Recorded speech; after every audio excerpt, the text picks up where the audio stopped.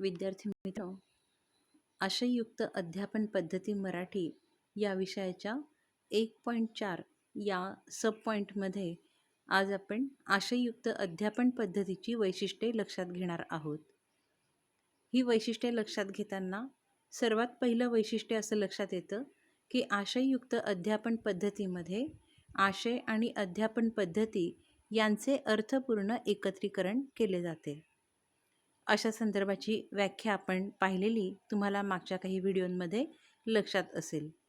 तर या आशययुक्त अध्यापन पद्धतीमध्ये काय असतं, तर मराठी विषयाचा जो काही आशय आहे तर त्या आशयाला धरून अध्यापन पद्धती निवडायची असते आणि त्या अध्यापन पद्धतीनुसार आपल्याला अध्यापन करावायचं असतं.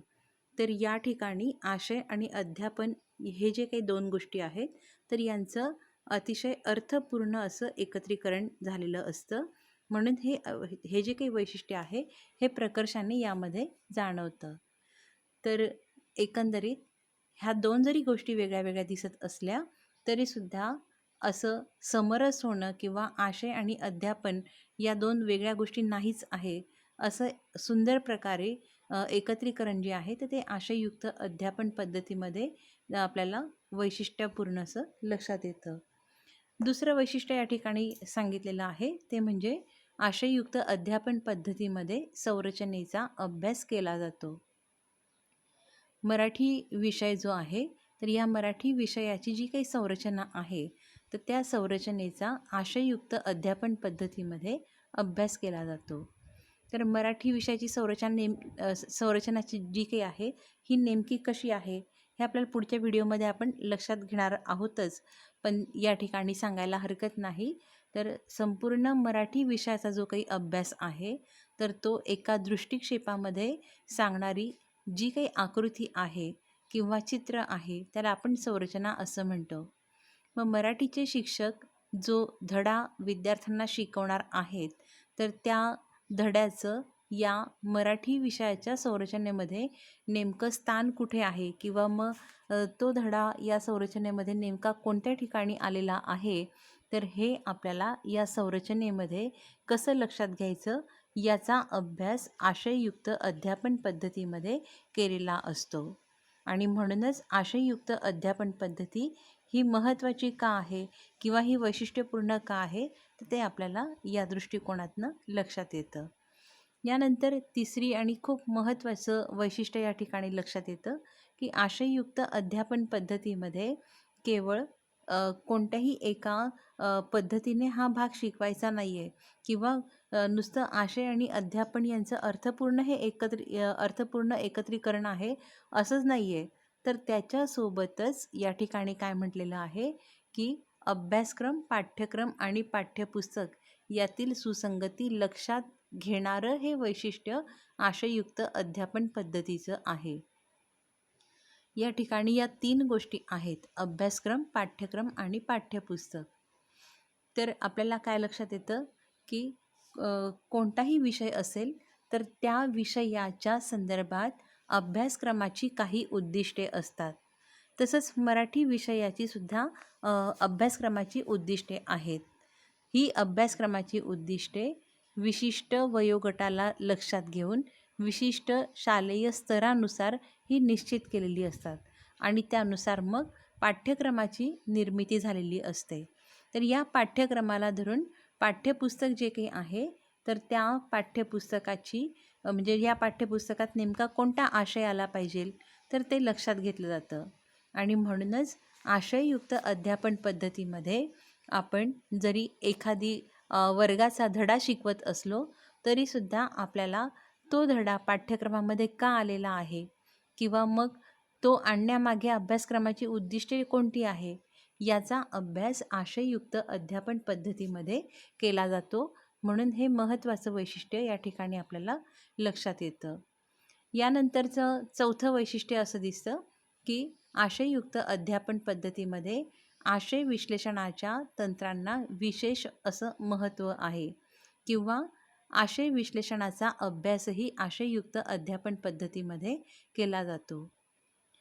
आता मराठी विषय जो आहे तर या मराठी विषयामध्ये आपण गद्य, पद्य हे दोन्ही प्रकार आपण शिकवत असतो. त्यासोबतच व्याकरणाचा काही भागसुद्धा आपण विद्यार्थ्यांना शिकवत असतो. तर मग या तीनही भागांच्या संदर्भामध्ये आपण नेमका जो भाग शिकवत असणार आहोत, तर त्या भागाचं आशय विश्लेषण कसं करावं याचा अभ्यास आशययुक्त अध्यापन पद्धतीमध्ये केला जातो. या आशय विश्लेषणाची काही तंत्र आहेत किंवा काही त्याचे टेक्निक्स आहेत, तर ते आपल्याला आशययुक्त अध्यापन पद्धतीमध्ये अभ्यासायला मिळतं आणि म्हणूनच आशययुक्त अध्यापन पद्धती ही याचं आपण या ठिकाणी हे वैशिष्ट्य लक्षात घेत आहोत. मग हे आशय विश्लेषणाचं तंत्र नेमकं कोणतं आहे? तर एकंदरीत 3 प्रकारचे तंत्र सांगितले जातात. प्रामुख्याने डेव्हिस तंत्र, मूल्यमापन तंत्र आणि बोधात्मक तंत्र. या 3 तंत्रांपैकी आपल्याला शिक्षक म्हणून मुभा असते की आपण जो धडा शिकवत आहोत, तर त्या धड्याचं आशयाचं विश्लेषण आपण कोणत्या प्रकारच्या तंत्राने करावायचं, तर याचं स्वातंत्र्य शिक्षकाला असतं. परंतु या 3 तंत्रांपैकी कोणत्यातरी एका तंत्राचा वापर करणं इथे आवश्यक आहे. हे आशययुक्त अध्यापन पद्धतीचं वैशिष्ट्य आहे.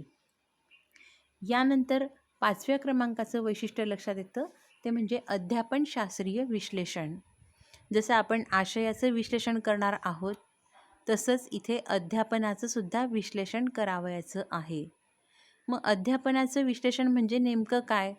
तर आपल्याला जो धडा शिकवायचा आहे, तर प्रत्यक्ष वर्गामध्ये आपण नेमक्या त्या कोणत्या कृती वापरणार आहोत किंवा हा जो काही धडा आहे, तर तो शिकवत असताना कोणकोणत्या कृती करणार आहोत हे तर एक झालं, परंतु त्यांचा क्रम काय आहे, तर तो क्रमसुद्धा आपल्याला या ठिकाणी लक्षात घ्यायचा आहे.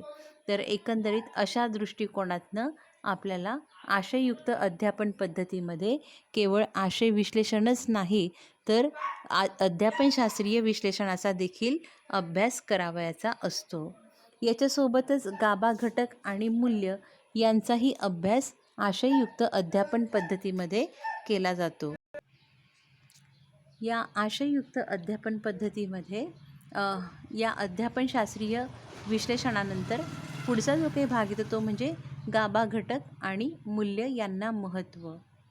हा भाग खूप महत्त्वाचा आहे की आशययुक्त अध्यापन पद्धती आपल्याला काय सांगते की आपल्याला जो पाठ शिकवायचा आहे, तर हा पाठ कोणत्या गाभा घटकासाठी पाठ्यपुस्तकामध्ये आलेला आहे, त्यामागे या गाभा घटकाचा उद्देश काय आहे, किंवा मग आणखी हा गाभा घटक विद्यार्थ्यांपर्यंत आपल्याला रोवायचा आहे किंवा त्याचा जो काही संस्कार आहे तो आपल्याला विद्यार्थ्यांना करवून द्यायचा आहे.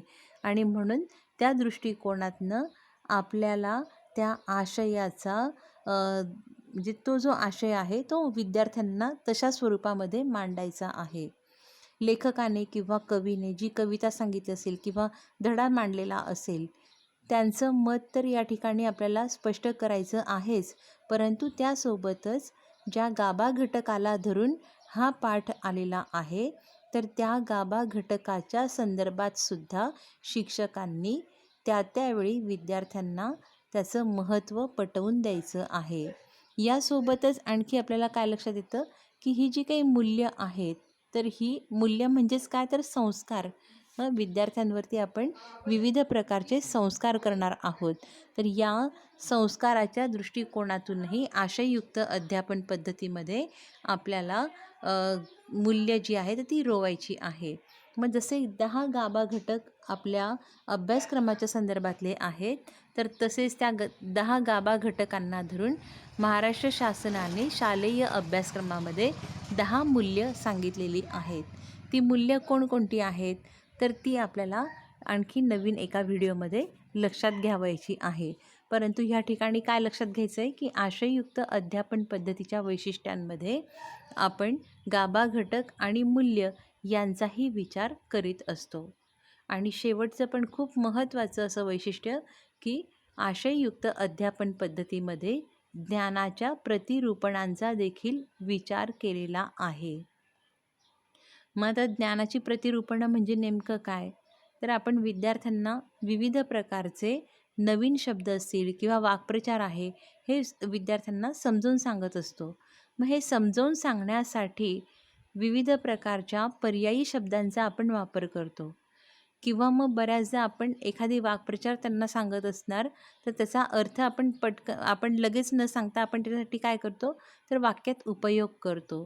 तर हे जे काही उदाहरण असेल किंवा वाक्यात उपयोग आपण जे केलेला आहे, जे वाक्य आहे किंवा एखादी प्रसंगही आपण त्यांना सांगतो, तर हा जो भाग आहे, तर याला आपण काय म्हणतो, तर ज्ञानाची प्रतिरूपणं.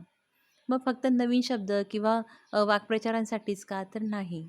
आपल्या पाठामध्ये जी काही मध्यवर्ती कल्पना असेल एखाद्या कवितेची किंवा आशय जो आलेला आहे, तर त्या आशयाला धरून जर तुम्ही शैक्षणिक साहित्य वापरत असाल, की तो पाठ विद्यार्थ्यांना अगदी सहज समजेल, यासाठी तुम्ही ज्या ज्या कृती करणार आहात, त्या प्रत्येक कृती म्हणजे काय आहे, तर ती ज्ञानाची प्रतिरूपणं आहे.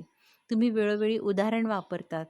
तुम्ही स्पष्टीकरणासाठी विविध प्रकारचे चित्र दाखवतात किंवा आणखी काही इतर प्रकारचं शैक्षणिक साहित्य आणून दाखवतात.